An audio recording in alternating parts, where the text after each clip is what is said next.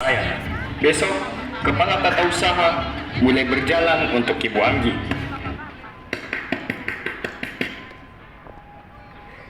Itulah gambaran dari pemimpin mereka yang selalu menampakkan wajah arogannya dan tidak pernah tersenyum. Hari setelahnya, ada begitu banyak beban yang berdatangan untuk para karyawan.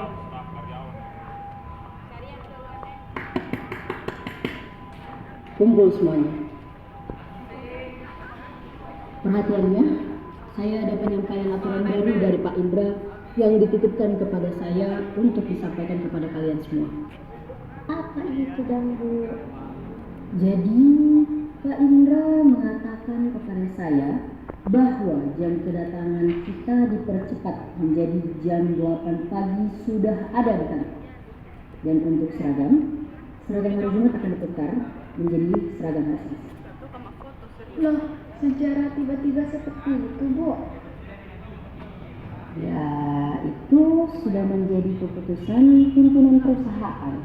Oh iya, satu yang paling penting, yaitu dilarang makan siang di luar kantor, kecuali ada ajakan dari atasan. Maaf nih Bu Rini, rupanya setuju loh kita. Kita tahu kita hanya staf biasa. Mar, dede para turang sekali deh. Kasihan kapu. Turang mau makan apa dah? Kalau dapat orang cari muka. Warung perusahaan saja hanya tidak berjual makanan berat. Betul itu, Bu. Karyawan di Orang sana, itu buka juga. karyawan. Kenapa banyak sekali hal baru yang kita tetapkan, tapi tidak pernah kita bahas di rapat kerja? Dan sepertinya kurang etis jika tidak didiskusikan sebelumnya dulu. Kalian memang maunya seperti apa sih? Ingat ya, kalian di sini semuanya itu cuma bawahan yang harus ngikutin perintah. Dan kalian tuh nggak punya wewenang dan hak selain mengikuti perintah dan juga arahan. Bener apa sing Bu Rini katakan.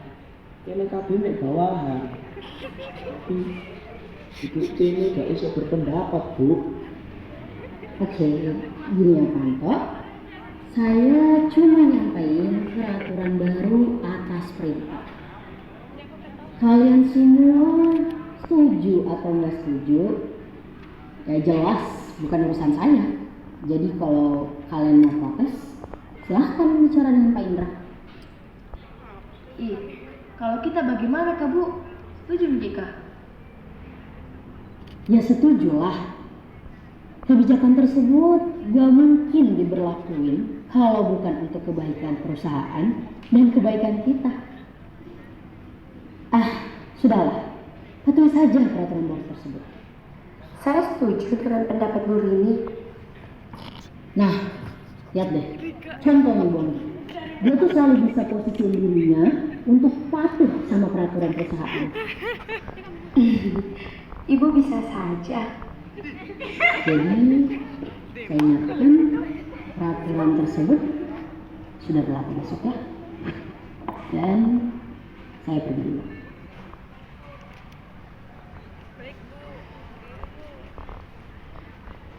Kepergian Bu Rini membuat kegaduhan dan keramaian yang tercipta dari keluh kesah para staf yang merasa terbebani oleh peraturan mendadak yang terlalu berlebihan. Mereka merasa kerja seperti seekor ayam yang sedang bertelur, yang harus selalu di dalam kandang dan berada dalam pengawasan yang ketat. Padahal mereka hanya ingin kebebasan bekerja. Mereka hanya ingin kerja merdeka. Aturan dalam sebuah perusahaan memang harus, namun peraturan yang hanya menguntungkan sebelah pihak itu harus dibasmi. Permisi Pak Indra dan Bu Anggi. Iya, ada apa Kati? Saya ingin menyampaikan ide saya untuk inovasi baru bagi perusahaan kita, Pak. Memangnya apa ide kamu? Punten, Pak, Bu, mangga ieu teh da.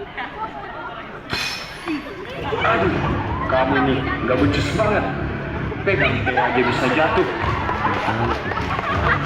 Tidak mau beli. melanjutkan apa yang tidak saya sampaikan. Belakangan ini, saya melihat kegemaran remaja adalah menonton ataupun membuat konten di TikTok. Entah itu tentang keseharian mereka, edukasi, ataupun sebagainya. Terkadang juga dari TikTok tersebut yang membuat sebuah tren baru. Atas series Pak adikku adalah Jadi, apa inti dari yang kamu sampaikan tadi? Alangkah baiknya jika perusahaan kita juga bisa berpartisipasi dalam membuat konten yang memberikan nilai edukasi terhadap para remaja. Dan melalui itu kita dapat mempromosikan perusahaan kita. Maka dari itu saya ingin meminta izin kepada Bapak. Ide yang cukup bagus, tapi mungkin tidak usahlah membuat seperti itu. Kita kan perusahaan besar ya, sudah cukup terkenal. Tidak perlu dipromosikan lagi. Dan orang-orang pun tahu bahwa kita selalu memberikan contoh yang baik buat perusahaan lain. Sepertinya tidak perlu ya kita membuat konten seperti itu, buang-buang waktu dan tenaga saja. Tapi ini kan belum dilakukan oleh perusahaan lain. Bisa jadi mereka terinspirasi dan mengikuti kita. Oleh karena itunya, tidak perlulah kita membuat seperti itu. Masih banyak pekerjaan lain yang harus kita kerja. Baik Pak,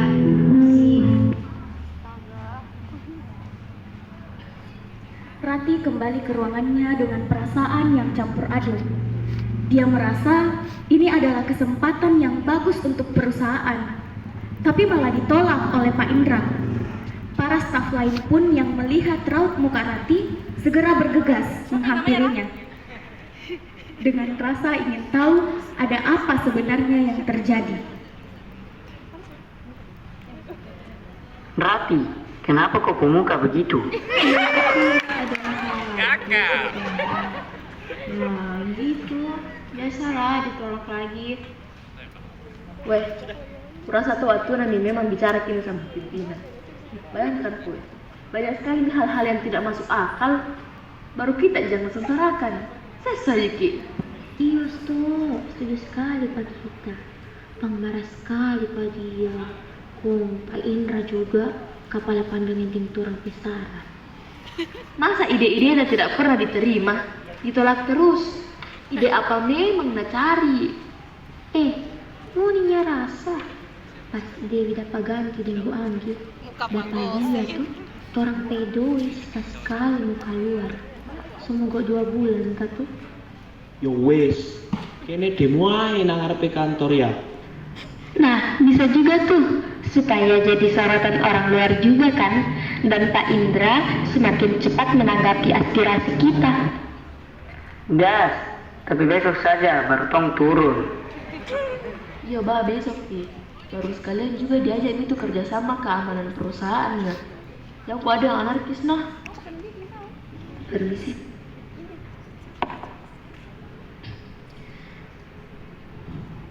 Keesokan harinya, semua berjalan seperti biasa. Pak Indra yang selalu santai di ruangannya dengan sesekali menyeruput teh yang ada di hadapannya sambil perjalanan luar. Bu Rini yang selalu melihat kinerja para staf dan Bu Anggi yang tiap pagi ke ruangan Pak Indra. Iya, ada apa Nggi? Ini ada berkas yang mau ditandatangani Pak. Oh iya, silakan masuk. Kok yang saya lihat staf pada belum datang ya? Makin hari emang makin gak beres. Saya juga malah gak serak sama mereka. Loh, mereka apa-apaan sih Pak? Gak ada angin, gak ada hujan. Tiba-tiba dia mau depan perut.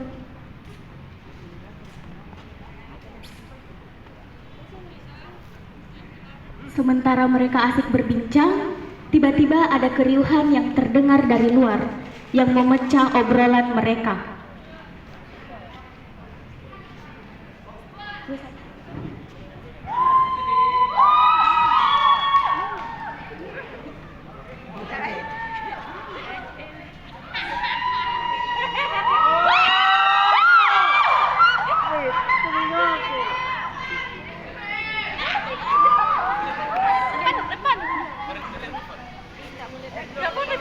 Saya juga tuh. Kalian sing duduk posisi dukur. Rungono cerita kalian kecil iki. Kene nang kene, gak iso nunggu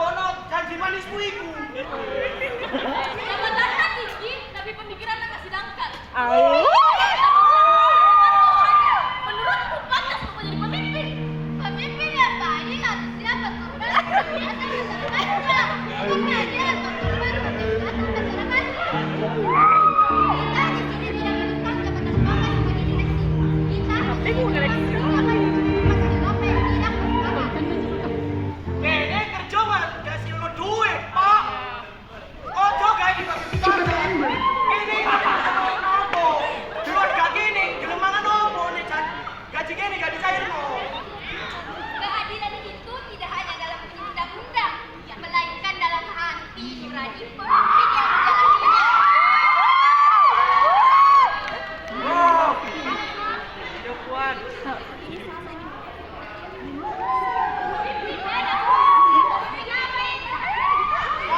Pemimpin tak pemimpin. Mereka apa-apaan sih, Pak? Pak, kok yang saya lihat staf pada belum datang ya? Nggak ada hujan, tiba-tiba di depan perusahaan. Gak ada kerjaan banget mereka. Nggak lama juga pasti bubar. Iya sih, tapi yang saya takutin sih mereka jadi sorotan orang luar. Belum lagi banyak wartawan yang bisa saja meliput aksi mereka dan mengangkat itu ke media. Nanti bisa-bisa nama perusahaan kita jadi jelek, Pak. Gimana sih, Pak? Gimana pendapat Bapak?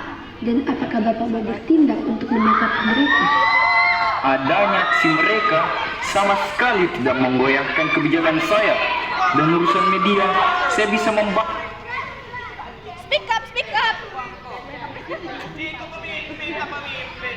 Sampai kepetek kuwi lho.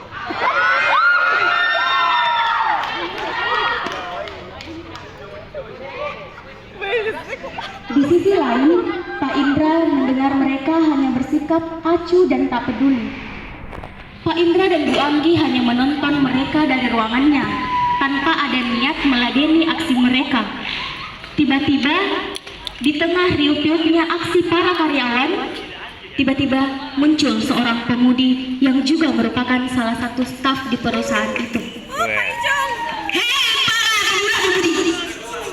Dengan seperti ini, apakah kalian akan membuat suatu perubahan? Apakah dengan cara di jalan seperti ini, kebijakan akan runtuh? Jika kalian berkoar-koar seperti ini, suara kalian akan didengar.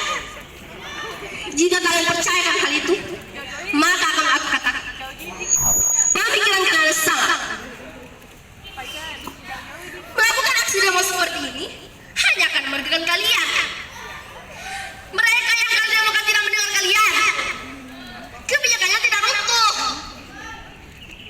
Melakukan kebodohan seperti ini hanya akan merugikan kalian. Ayolah teman-teman, mari kita introspeksi diri terlebih dahulu. Bukan karena kebijakan, hanya karena adanya masalah. Belum lagi kinerja kita yang kurang maksimal. Kita datang ke kantor itu dengan waktu yang cukup, tapi seenaknya saja. Apalagi mencari makan di luar kantor. Jangan sampai pekerjaan kita yang di kantor itu terlena. Katanya perusahaan anak bangsa, tapi tidak mencerminkan perilaku anak bangsa. Tidak kalian ingat tanggal berapa ya? Faizah.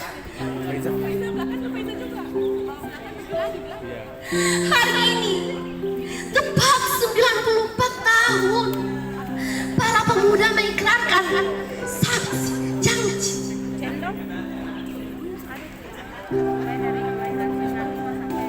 Ikrar sakti yang diucapkan itu demi kita, demi masa kita, demi masa anak bangsa kita.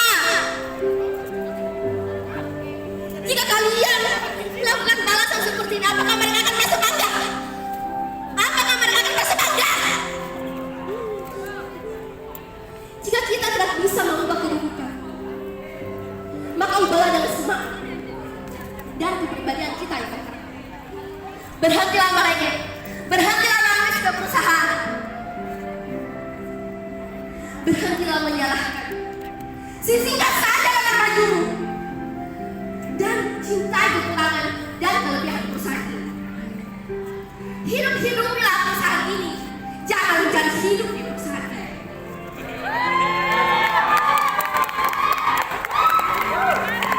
Mereka seolah-olah dirugikan oleh perkataan pemuda tadi. Mereka merasa, mereka tersadar memang betul tak ada gunanya turun di jalan seperti orang yang tidak berpendidikan. Mereka bahkan baru tersadar hari ini adalah hari yang sangat bersejarah bagi para pemuda bangsa. Karena Sumpah Pemuda bukan hanya sekedar teks sejarah, melainkan seperti kepalan tangan berlumuran darah. Meski merasa sakit, tetap tanggalah mengatakan, saya Indonesia. Gelorakan selalu semangat kaum muda, bangkitlah pemuda Indonesia untuk mencengkramkan dunia. Selamat Hari Sumpah Pemuda, kami bangga menjadi pemuda Indonesia. Terima kasih.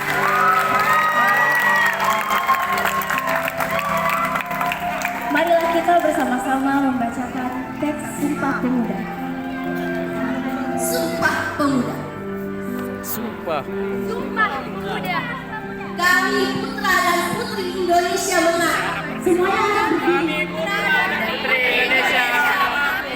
Bertumpah darah yang satu, tanah air Indonesia. Bertumpah darah yang satu, tanah air Indonesia. Kami putra dan putri Indonesia mengaku. Kami putra dan putri Indonesia mengaku. Berbangsa yang satu, bangsa Indonesia. Berbangsa yang satu, bangsa Indonesia. Kami putra dan putri Indonesia. Kami putra dan putri Indonesia.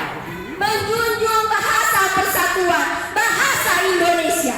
Menjunjung bahasa persatuan, bahasa Indonesia.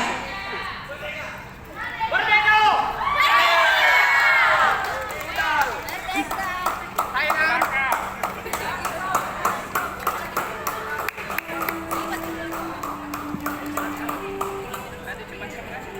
Itulah drama yang dapat kami tampilkan.